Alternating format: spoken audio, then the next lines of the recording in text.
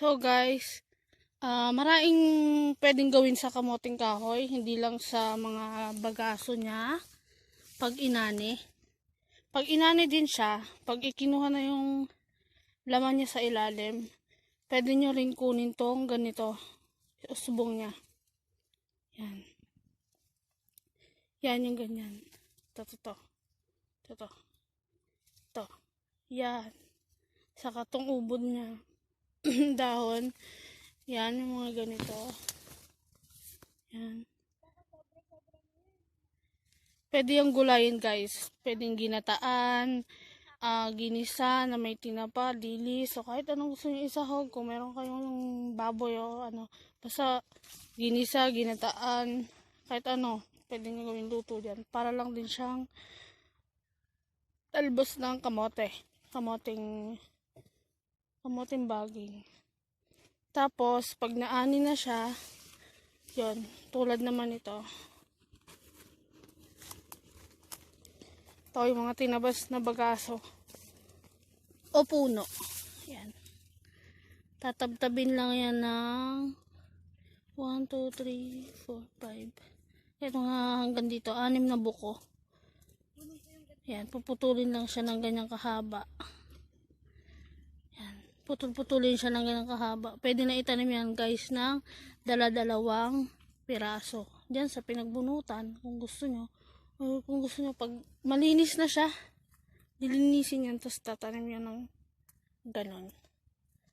So gaya nga nasabi ni Daddy Joe, ang kamoting kahoy ay hindi alagain. Napaka-epal talaga ng bayaw ko. Ayun na si Boy Bunot. Yan, di alagain. Pagkatanim yan, hinayaan na lang nila dyan. Yan, pag may gustong bumili, pupunta lang sila dito pag pwede na siyang anihin. Kaya tingnan nyo naman yung kamot kuting niya, ang lalaki. Yung laki na rin ng kamuting kahoy. Diba?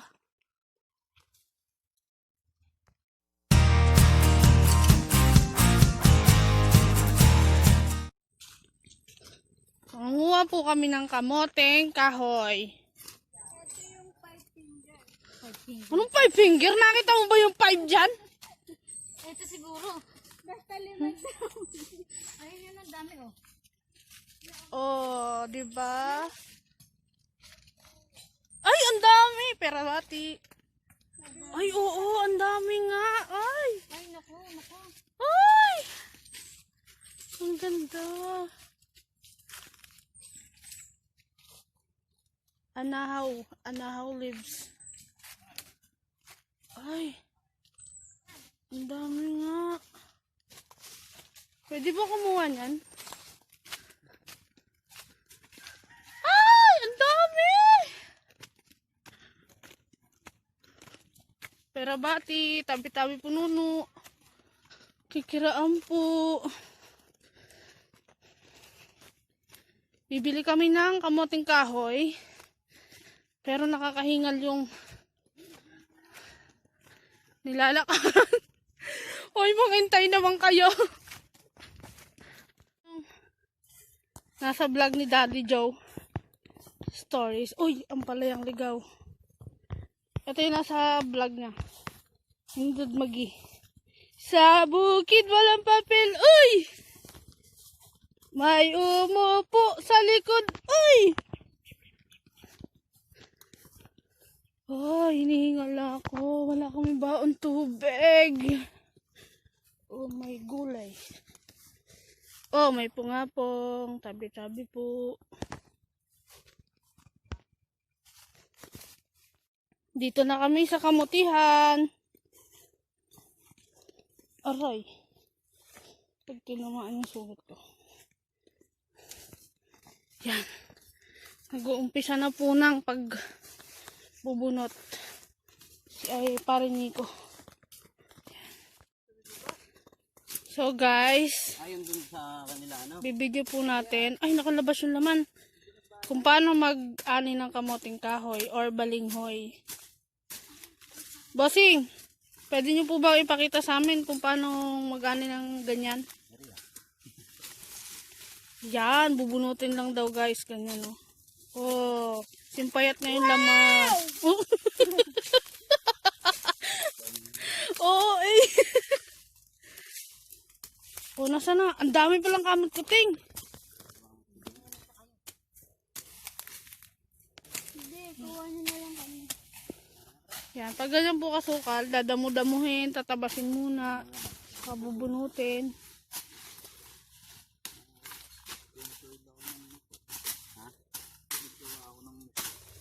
Dapat pala nagpantalon ka, Nico. Kanino na bang motor mo? Wala. Paragi rin. Sino nga lang.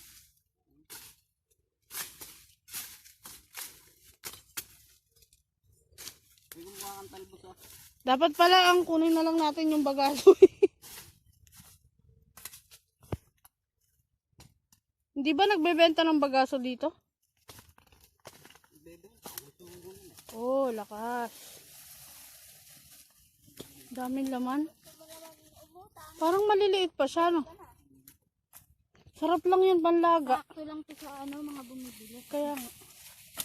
Pagka sobrang laki naman kasi. Mga sa tindahan. Kaya nga, sarap yung panlaga. Pagka sobrang laki naman kasi. Ano? Tapos ginataan. Kaya nga, ang daming kamot kutin. Kaya pala sabi nung mama kanina, ano, yun daw, suot ko na to, pagbaba ko, haggard na. Magdadamo lang pala ng kamot kuting eh. Mahagard ka na. Ayan po yung namili ng kamoting kahoy.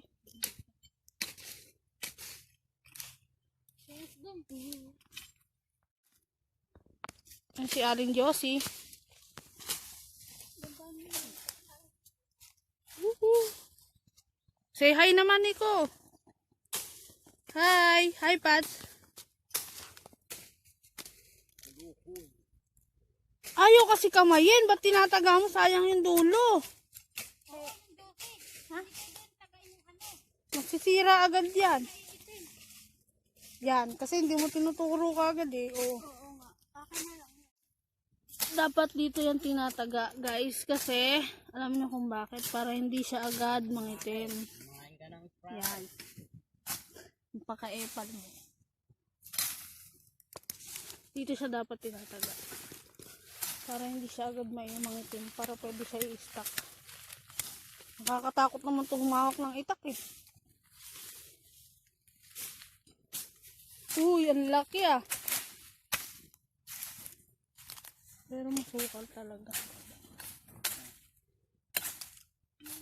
Bubuhatin mo lang pala ba siya? Kaya niya yan. Tupi ka dyan.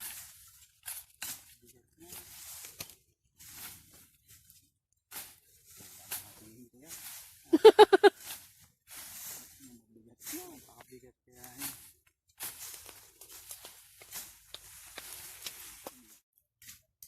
So guys, ayan, nakikita niyo sila nag-aani ng kamote. Pag ikaw yung bumili, mas mura mong makukuha yung kamote. Pag bumili ka sa puno, tapos ikaw yung bubunot. Kakilala niya. Nang bayaw ko kaya, mura nila nakuha yung kamote.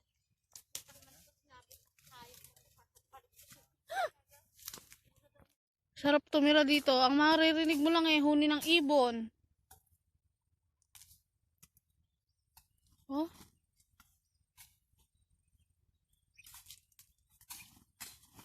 Naririnig nyo ba guys?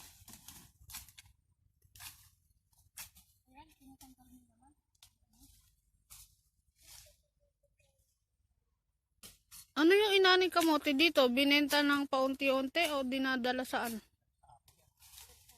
Per sako. Magkano per sako?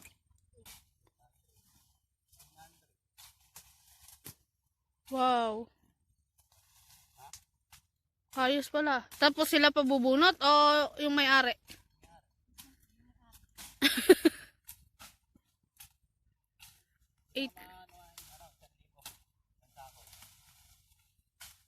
Depende sa panahon yun, di ba? Depende sa panahon. O fix na yun. Kasi ngayon, napakadami ng magagawa. Sa akin may turo. Ikaw bubunot. Ayun po si...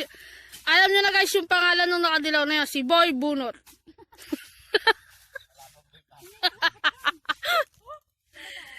Yan. Yung nakadilaw na yan. Si Boy Bunot. Narinig niyo ba guys? Pag daw may bibili ng kamote, sabihin lang sa kanya at siya ang bubunot.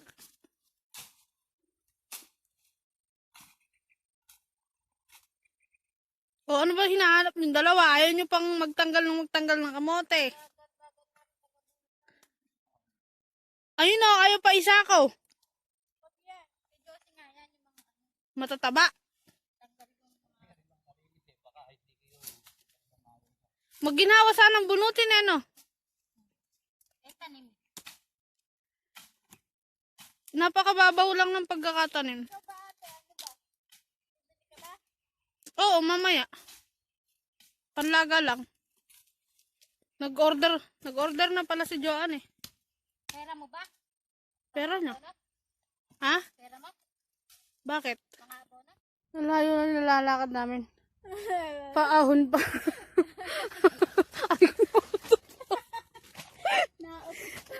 Ito yung inmen. Excuse me po. Hayop na, ang hirap. So guys, yung ibibenta.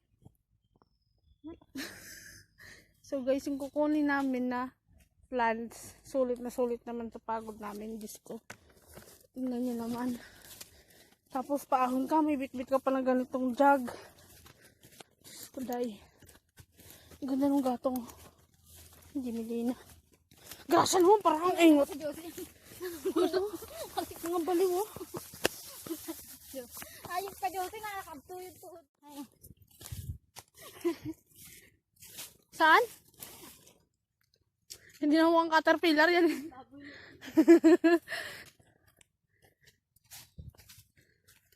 Hoy, saan ka pupunta? Ba't may tao dun? Tangin naman naman. Ayos ka. Ikaw, saan ka pupunta? Dito nga, dito. Dito tayo! Dini, napakatanga nyo. Dito. Guys, ay di nga ako nito. Bata, dito. What is this? Ang ganda ng mangga oh. Yan. Bibili kayo ng lupa guys. Dapat yung mga ganito na. Doon may kamote pa rin. Yung babae. Nakaputi. Anak niya ba yun? Mataas pa sa akin yung kamot ko, Teng. Alam niyo yung kamot ko, Teng. Yung daw mo na maraming tinik. Ito. Yan. Nakagapang na siya sa kamuting kahoy. So, ayun yung dalawa kong kasama. Busy.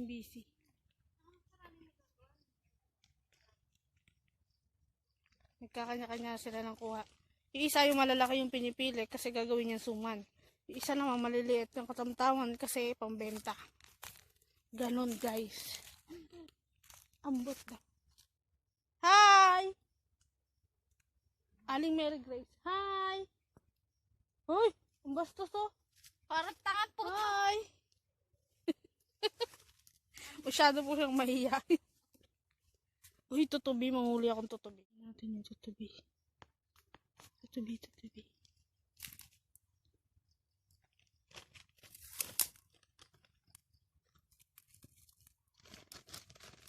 Ganito ginagawa namin ng bata kami. Yun! Wala. Nanguhuli kami ng tutubi. Yun kasiyahan din namin ng mga bata pa kami. Nasaan na? Ayan na yung nakukuha nila.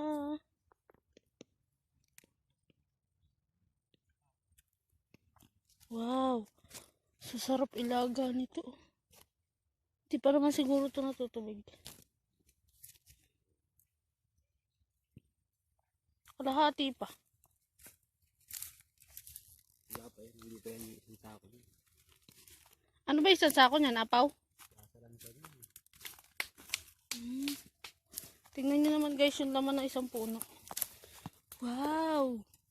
Wow! Wow! Magic! Amazing!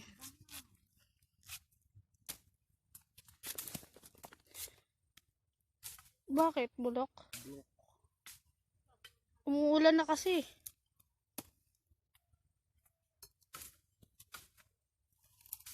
Anihin na talaga siya. Dati si nanay ang sipag magtanim niyan. Ngayon, dumami na kasi yung apo niya.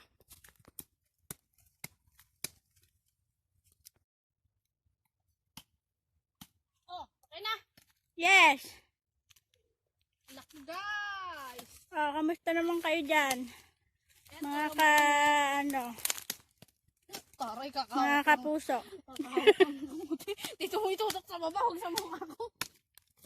Ayan, ganyan po ang tamang pagputol ng kasaba. Look at this, guys. Oh my God. Diyos ang malaki. Kasi kumain ka na po. Yan, laki ba? Ang laki ng hita Diba, ni diba? Aling Josie. Yan, dami na. Banlaga. Ang laki ng hita ni Aling Josie. Ang cute nito. Niyan, niyan. Parang iba yung naisip mo, Josie. Ha? Pa-PM lang po kung ano po yan. Ito po, alam na alam niya po yan kung ano yon.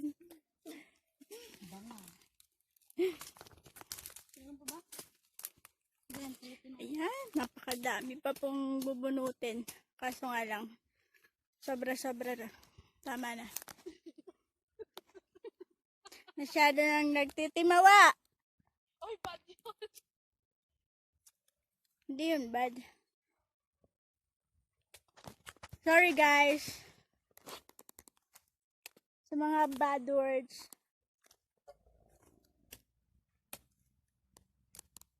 Ang ganda ng size niya, tamang-tama. Luwang-luwang ng lupain nila.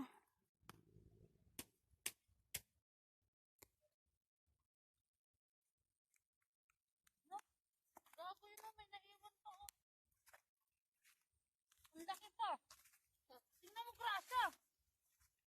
Asaan? Oh my God! May naiwan pa daw. Ang laki nga, oh. Tignan natin kung ano yung naiwan. Tadadan, tadadan, tadadan. Oh, naiwan nga. Naliwan, sayang, oh. Kung hihimalayan mo to, eh. Nakuha mo to, eh. Marami pa siguro iwan dyan. Marami pa nga yan. Sakay ko nga bumunot. Pero ang ano kasi. Ito lang oh.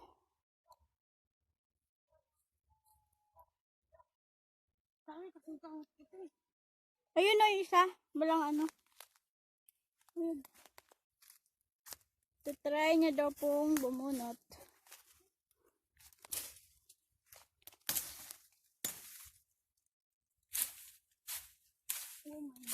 Tignan natin kung marami siyang laman. Ha? Nang? Pantindang? Tangkap. Depende. Seven. Oh my God! Oh. Naiwan yung iba. Ilan naman yan? Tatlo. Ibig sabihin guys, pag may ganito, may naiwan.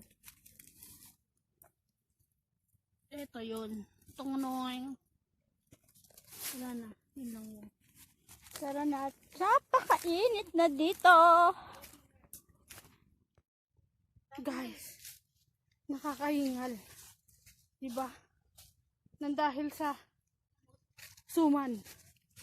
Para makakain akong suman. Dinala ko yung kamote ni Aling Josie. Ay, Diyos ko. Ganito talaga. Para-paraan lang. Panganay. Diba? Kaya ay buhay. Di ko pinagbuhat yun kasi ano, wala pang anak yun. Baka bumaba yung matris. Asawa siya ng aking kapatid. Yan. Pinaka-pink ng shortcut. Hindi ko pinagbuhat kasi wala pa siyang anak. Baka bumaba ang matras niya. Ulit-ulit. Ali. Ano, may 10 kilo din yata itong sunong-sunong ko na to ah.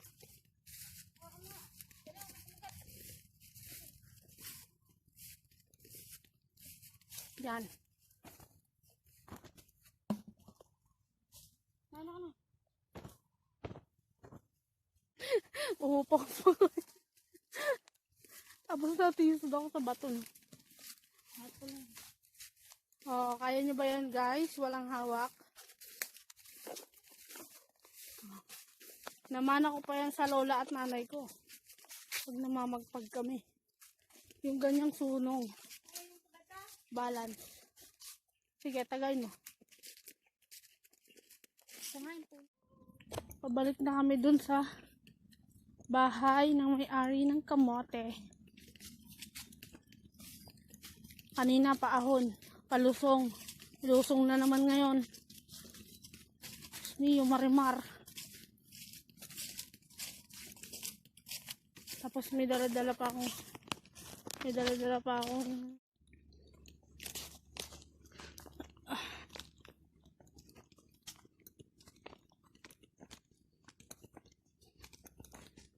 dami anahaw.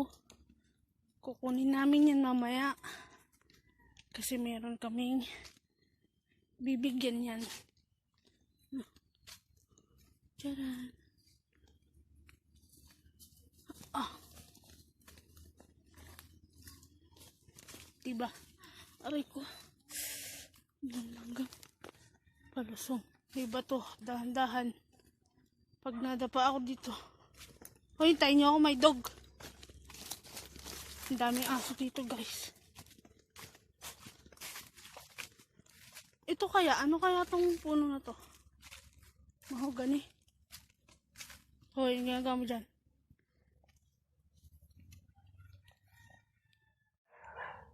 Lah. Uy, bumunot ka na ng marami.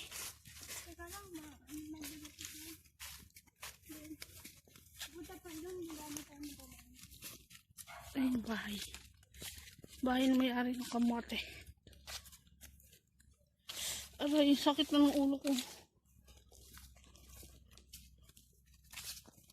Huy, paano tong kamote? Bulaklak na pula. Ah, ano yan? Meron yan doon kay Lola Huling eh, kulay yellow. Kuha din tayo niyan. Red tulips. Punot, nagtitimbang na ng kamote. Si Boy Punot, nagtitimbang na po ng kamote. O, ilang kilo na ba yan? O, yan. Ayan na yung nakuha nila.